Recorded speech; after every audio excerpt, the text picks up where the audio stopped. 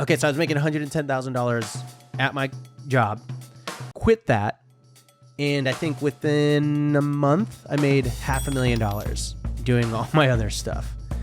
And that was like the first time that I was like, whoa, oh my gosh. Meet Rob. He quit his 6-figure day job to start an Airbnb business and subsequently an entire online content empire across YouTube, podcasts, and courses. And if that's not impressive enough, he quit his 9-to-5 job only 2 years ago. And how much money did he make last year? About $6 million, $6.5 million. What is the point of wealth to you?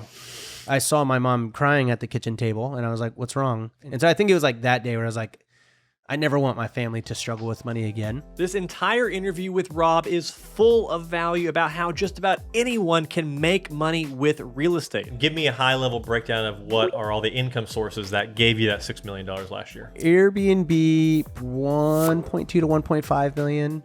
Then I've got affiliates that probably are about 750,000. Then I've got YouTube and content in general. That probably brings in about 300,000. And then I've got my education company that brings in probably the other like 4.5 million. Is it too late to start Airbnb?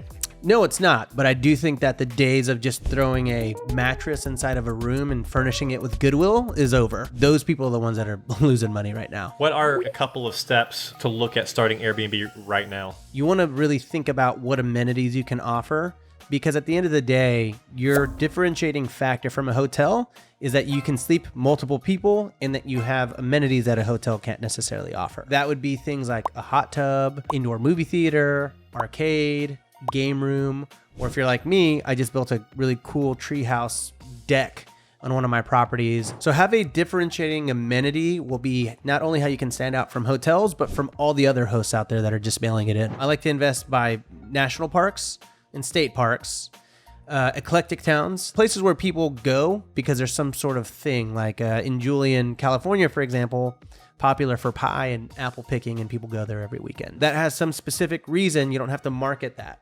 And then the last one would be vacation destinations. So this would be beach towns, ski towns, mountain towns, lake towns, places where people plan big vacations with big groups of people far in advance. What is maybe the smallest amount of money you can have on hand to kind of get started in this world? $0.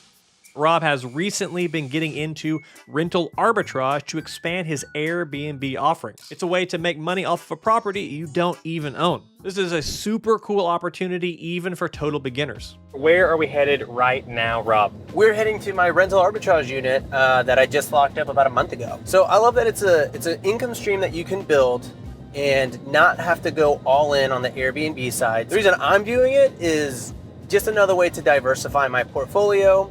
Right now, with everything going on with interest rates, buying houses and making those deals pencil are a lot more difficult than they were a year ago whenever interest rates were like 2.5% to 4%. And so this way, I can leverage my money, use it to get into several apartments, make $1,000 to $2,000 per unit, and build up my cash flow every single month by doing so. And as someone who was just recently surprised as the seat started cooling my taint, and someone who also drives a 2010 Toyota Prius without that feature, would you say that you couldn't live without that now? Absolutely. So to anybody who's listening who is currently trapped in the tropical taint jungle, this is the cure. That was actually my nickname back in high school. Tropical taint jungle? Yeah. Yeah. We don't talk about those days. We're in front of one of my 4 rental arbitrage units that I currently operate in my portfolio, this one being in Houston, Texas. And very quickly, what is rental arbitrage? The basic premise of rental arbitrage is you go to a landlord, you pitch them on the premise of you taking their property and listing it on Airbnb, sign the lease, you furnish it, you list it on Airbnb, and you charge more than you are paying in rent, and you make the delta in between that. That is the concept of arbitrage. And in your overall Airbnb strategy, where does something like this fit into that? Rental arbitrage is primarily for the people that are wanting to build up the cash flow side of their Airbnb business. With arbitrage, since you don't actually own the real estate, the only benefit you get is from the cash flow side of things, which is totally fine, and it's a really good way to get started in the world of Airbnb because you don't have to take a huge risk in buying a place. You can just buy the furniture, test out the concept that way. So what is the type of building we're in right now? So this is a townhome. So it is a freestanding townhome. As you can see, there is space between them. So we don't share the walls. The space between. The space between. But usually with townhomes, they are attached. So this is nice because there's a little bit more privacy. So doing something like this, rental arbitrage, how beginner friendly is it?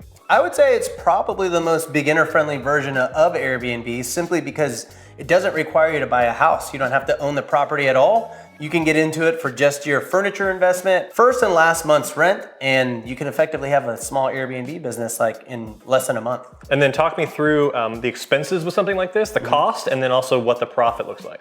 Yeah, so this place right here specifically is $3,300 a month. After all of our expenses, internet, utilities, everything, we're looking at about $4,000 of overhead, but we will gross $5,000 to $6,000 a month. And with that said, last month was our first month and we grossed $5,500. We actually pulled like a $1,500 profit in our first month. Maybe that was just the door locking. I'm pretty sure that's what it was. Someone comes in, they're like, hey, I told you, get the out of my house. Sorry, dude. I told you for the last time, stop filming in my house. Gotta go. How do you take my hat? All right. So $6 million last year, which 2 years ago that didn't exist. You've kind of rapidly. I was making 110,000. Is this something that's accessible? Can anyone do what you're doing? Yeah. I just don't think they necessarily will do it as fast or as quickly as me, but I definitely think there are people who do it faster than me. I've got students that already have more units than me or have pretty close, and it's been like 2 years. So it all depends on what you want and how much you want it. Like if you're willing to give everything up and grind and like be behind your computer and answering and dealing with finicky guests and pitching yourself to investors and having them invest in your projects, 100%. If you are a 9-to-5 worker that just wants to dabble and buy a house and like buy a house here and there, it's gonna take you way longer. I mean, what I have today, I thought was impossible when I started 7 years ago. So nothing is impossible if you actually like consistently do it. What is the point of wealth to you? My parents are immigrants. They came to America. My dad was a doctor in Mexico, was not able to transfer his license here. And he worked his whole life at minimum wage, being the smartest guy that I ever knew. They did the ultimate sacrifice for me. So my why deep down is always gonna be like, I just wanna make sure that my family never has to worry about money. I wanna buy them a house. I wanna buy my mom a car. I want to buy my dad a watch. Little things that aren't really like they wouldn't care about at all, but things that I'm like, yeah, I just want them to have the things that they wanted for me. I have the things they wanted for me. I want them to have the things that I want for them, I guess. Not only do I love Rob's why, but I also love his sentiment on why the 9-to-5 lifestyle wasn't bringing him fulfillment. I always think about that, man. I always just think about like I text people and then they're like, oh, sorry, I was busy at work or whatever. And it's like crazy to me that there are people that are like, the majority watching, sorry guys, that are just like at work for 8 hours a day and they can't do anything about it. And it's most of their waking hours doing something that most, I think, if they are asked to respond honestly, would say that they don't love. There's obviously the time risk and maybe a money risk, a risk of failure. If you're somebody who listens to Rob talking like, I want some of that lifestyle, I want some of that type of money, I want some of those decisions in my life, but they're in a 9-to-5 job and they're doing the normal thing that they're expected to do. How do you take that next step? Like, how do you muster that up? You need to surround yourself around other people that want what you want, whatever that passion is. If you're an entrepreneur, you got to hang out with entrepreneurs because everyone will tell you that you're crazy, especially at your 9-to-5 job. No one in the 9-to-5 world really takes risks, right? They have this insanely comfortable salary. There's always the risk of getting fired, but for the most part, you can perform at like 40-50% of your capacity and still get your paycheck. There's no risk involved with that. There's a lot of risk when you don't have a weekly or bi-weekly salary, and the money that comes in the bank account is directly tied to your performance and how well you're crushing your side hustle, right? And so innately, the people who don't understand that will not make you feel comfortable about that decision. They might be like supportive, like, oh, good for you, and then talk crap behind your back. but they'll never really be the support system that you need. So you need to be around people that are doing what you're doing. Like, let's say you're under 30, you don't have kids, and you're not married. You can do anything. You can do anything. It gets harder every single time you add one of those things. So if you don't have any of those, I don't ever want to hear you complain about being too busy, because I swear to you, you are not. Are you ready?